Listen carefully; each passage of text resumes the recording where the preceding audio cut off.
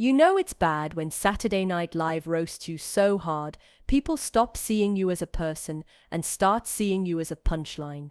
And that's exactly what happened when Colin Jost, yes, America's favorite smirking weekend update dad, unleashed a comedic airstrike on Meghan Markle and Prince Harry that basically echoed what a lot of people had already started whispering: wait, are these two kind of the problem?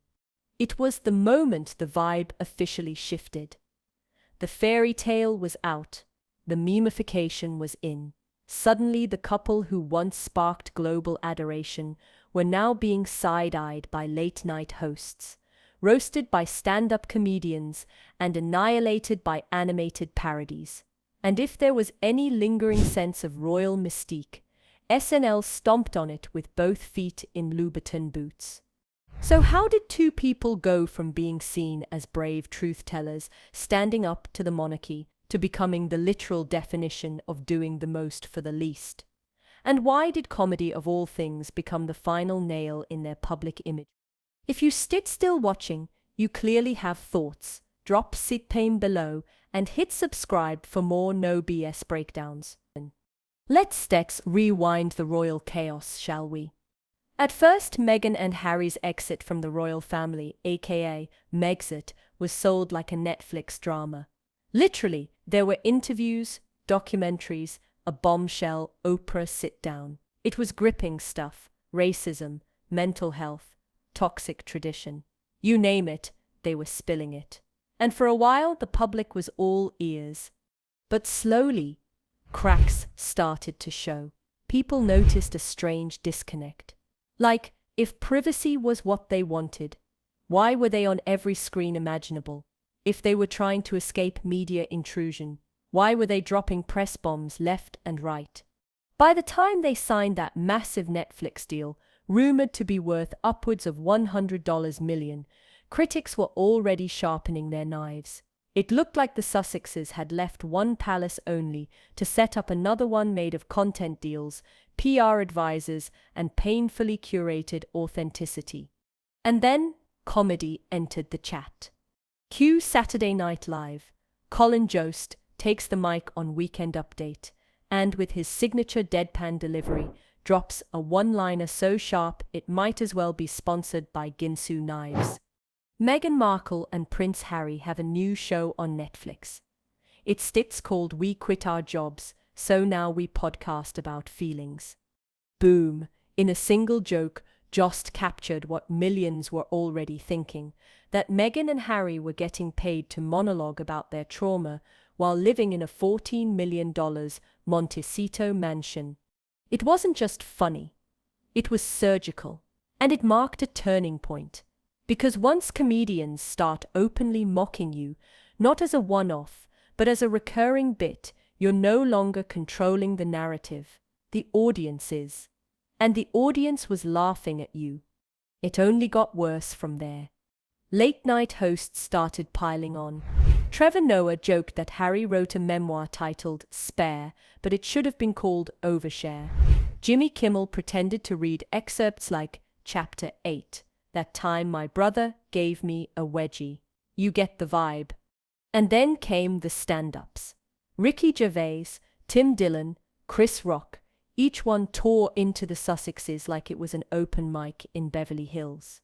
Meghan became the poster child for performative wokeness, while Harry was pegged as the royal himbo who gave up Buckingham Palace for guided meditations and oat milk lattes. By the time South Park aired its worldwide privacy tour episode, complete with animated versions of Harry and Meghan screaming for privacy while appearing on every talk show imaginable, the damage was culturally complete. The satire wasn't just mean, it was effective. You couldn't unsee it.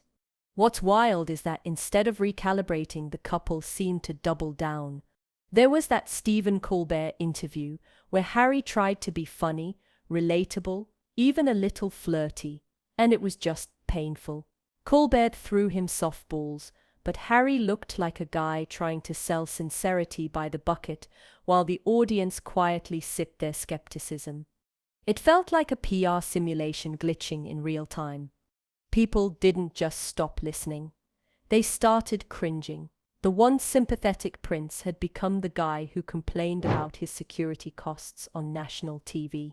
Meanwhile, Meghan's personal brand, once a breath of fresh American modern royalty, was being dissected for every perceived contradiction.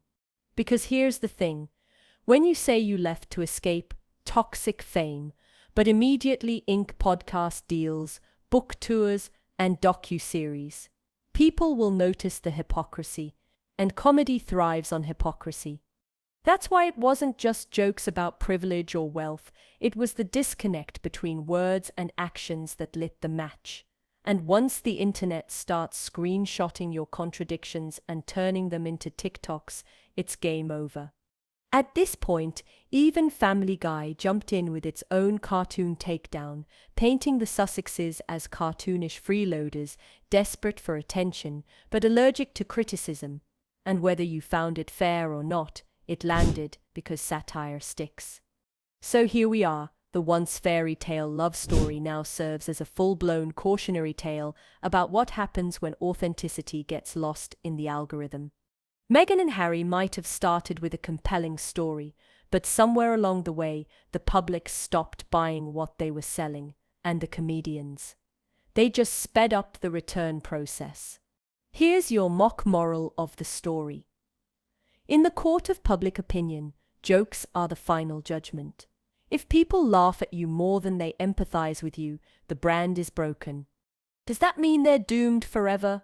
Not necessarily. America loves a comeback. But if they want to reclaim the narrative, they'll need more than meditation podcasts and awkward interviews. They'll need to do what they once claimed to want most: go quiet, do the work, and ironically, get real. But hey, that's just one take. What do you think? Have the Sussexes reached their final act? Or is this just the messy middle of a long redemption arc? Let's talk about the word that keeps circling this saga like a buzzword hawk: authenticity. In the 2010s, that was your ticket to public affection. Be raw, be vulnerable, cry on camera. People loved that stuff. But here's the thing, nobody warned celebrities about authenticity has an expiration date. And once the audience feels you're selling it instead of living it, game over. That's where Harry and Meghan tripped hard. When their Netflix docuseries dropped, it was glossy, expensive, and overflowing with curated vulnerability. Meghan wiping a tear in a perfectly lit room. Harry narrating his trauma over drone footage of Montecito sunsets. And while some fans ate it up, others were like, this feels like a Dior ad with feelings. It's not that people don't believe they've suffered. It's that the suffering started to feel commodified, packaged for streaming, monetized for brand deals. And in an age where even TikTok teens can sniff out a soft launch or PR stunt in seconds, the Sussexes were playing an old media game in a very new media world. It didn't help that their content output, despite those multi-million-dollar contracts, was pretty sparse. Their Spotify deal? Gone. Their Archetypes podcast? Cancelled after one season. Meghan's animated show about feminist historical figures? Quietly scrapped. And their Netflix projects beyond the docuseries? Mostly vapor. Cue the critics. They weren't just calling them grifters, they were calling them boring grifters, the kind who promise disruptive content and deliver Zoom interviews with vibes, which in the ruthless landscape of modern fame is somehow worse than being scandalous. At least scandal is entertaining. Now let's get real about something that rarely gets said out loud in celebrity coverage. Class resentment is always lurking just below the surface. Prince Harry isn't just a royal. He's a man who grew up in literal palaces, whose wedding was a global event funded by taxpayers, and who then cashed in on his family trauma from a beachfront mansion in California. Meghan, while not born into wealth, quickly adapted to the rarefied world of royalty and post-royalty influencerdom. Designer wardrobes, private jets, $2,000 Hermes blankets, casually draped in interviews, it all became part of their aesthetic. So when they started expressing struggles about being misunderstood or marginalized, a lot of people were like, try living paycheck to paycheck and get back to us. Comedians tapped into that hard. They didn't need to invent punchlines. The contradictions were the punchlines. Remember when South Park depicted Harry and Meghan waving "We want privacy" signs while doing book tours and talk show interviews? That's not satire, it's a screenshot of their actual PR strategy. Or when Family Guy showed them counting cash from public sympathy checks. Brutal, yes, but also weirdly on the nose. What this kind of comedy does is distill complex public feelings into digestible, brutal little jokes. It's class anxiety, media fatigue, and performative vulnerability served with a laugh track. Now, before we canonize the mockery as completely justified, let's acknowledge the other side of this, the racial dynamic. When Meghan first entered the royal family, she faced undeniable racism from British tabloids. There were headlines comparing her to animals, criticizing her for things her white counterparts were praised for, and dissecting her every move with racialized undertones. That was real. That was ugly. And part of the reason she and Harry initially gained sympathy was because they named that abuse loudly. In a system that thrives on stiff upper lips and quiet suffering, that was groundbreaking.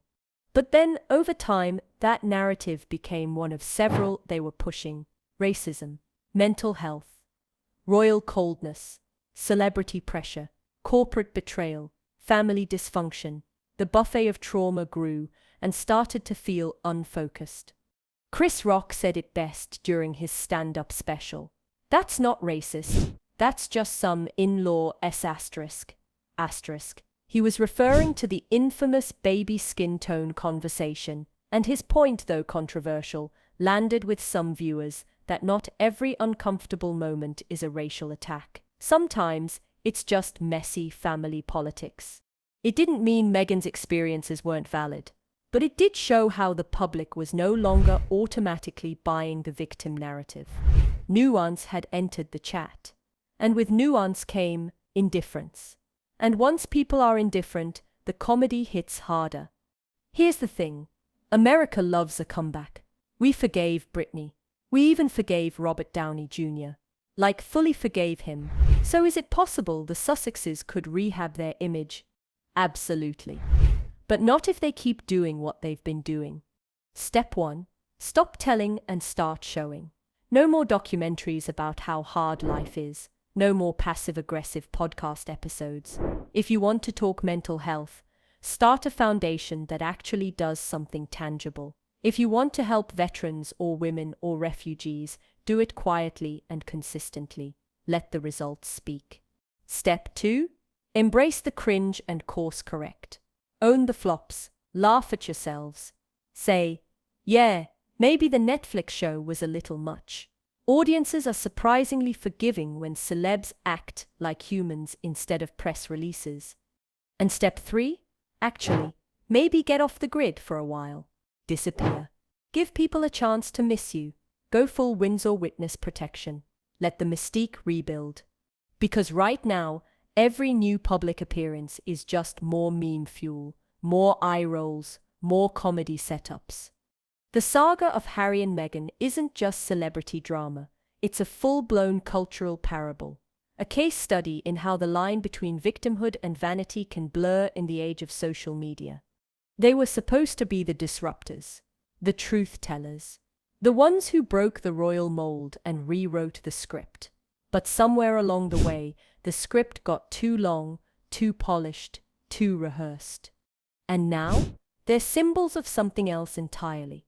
Of how even the best intentions can crumble under overexposure.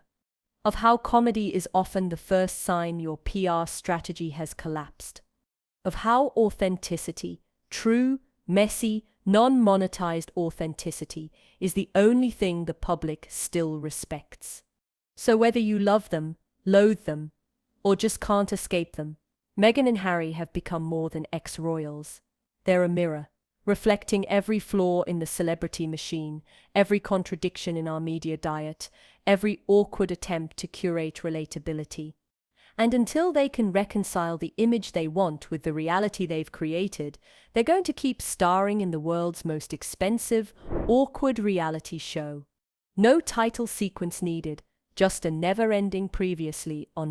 What's your take? Is this just a messy middle chapter or the final slide into cultural irrelevance? Hit the comments, share your own roast or redemption theory, and if you want more pop culture therapy sessions like this one, you know what to do. Subscribe, stay skeptical, and never forget, in Hollywood and royal exile, the comedy always comes for you eventually.